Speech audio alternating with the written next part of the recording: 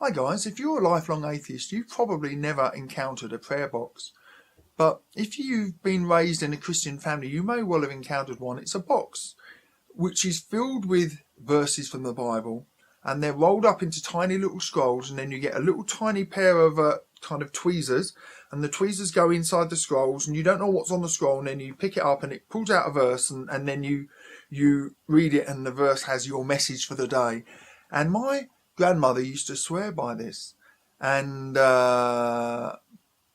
whenever I used to stay with her, it was like a real privilege for me to be allowed to get one of the prayers out of the prayer box for myself. And she used to be quite strict about it, and I always wondered why she was strict. If the prayer box had meaning, why she wouldn't want me to receive meaning as well.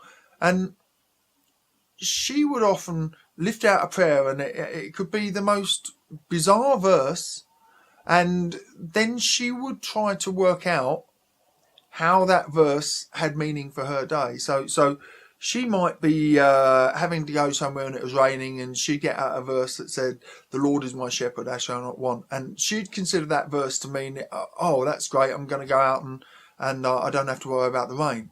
Or she might get another verse about, I don't know, I can't even think of any other verses at the moment, "Thou shalt not kill" or something, and she'd consider that to be a meaning to be careful not to tread on worms or something. It really goes to show how Christians teach each other how to have confirmation bias. Confirmation bias is not just something which you develop in a vacuum. It's actually taught at every level in the church. You know, there's an industry to teaching confirmation bias. This entire idea of having verses, or quite often what my mother would do is open the Bible. She'd pray, and then she'd open the Bible, and wherever the Bible fell open, she'd consider that the message from God for the day. And the Bible could be telling the story of Noah, and she would somehow, or Jonah in the whale, and she'd somehow relate that to the fact that she had got a bruise on her arm or something. You know, it was just absolutely ridiculous.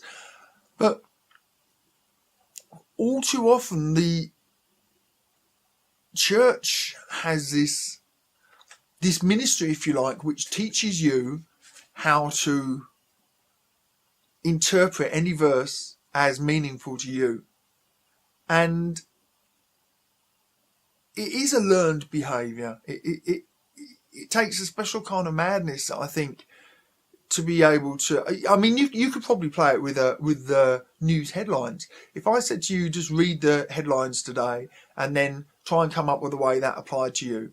The headline might be 4 killed in Boston bombing.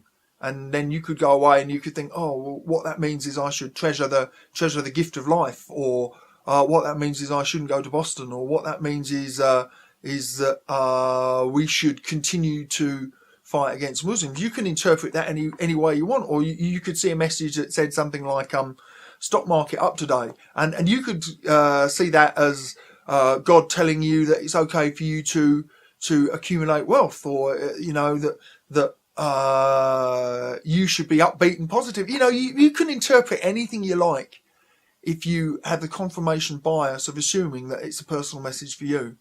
And it's just an interesting facet of the Christian mindset, that Christians are taught to misinterpret random verses as being personal messages. And in a way, it's one of the most disturbing aspects of religion, that they're actually teaching themselves, brainwashing themselves to see these messages as personal. Anyway, guys, you take care. Have a great day. Hey guys, thanks for watching. Hope you enjoyed the video. If you did, please take the time to rate and comment, and it would mean a lot to me if you would subscribe. Thank you.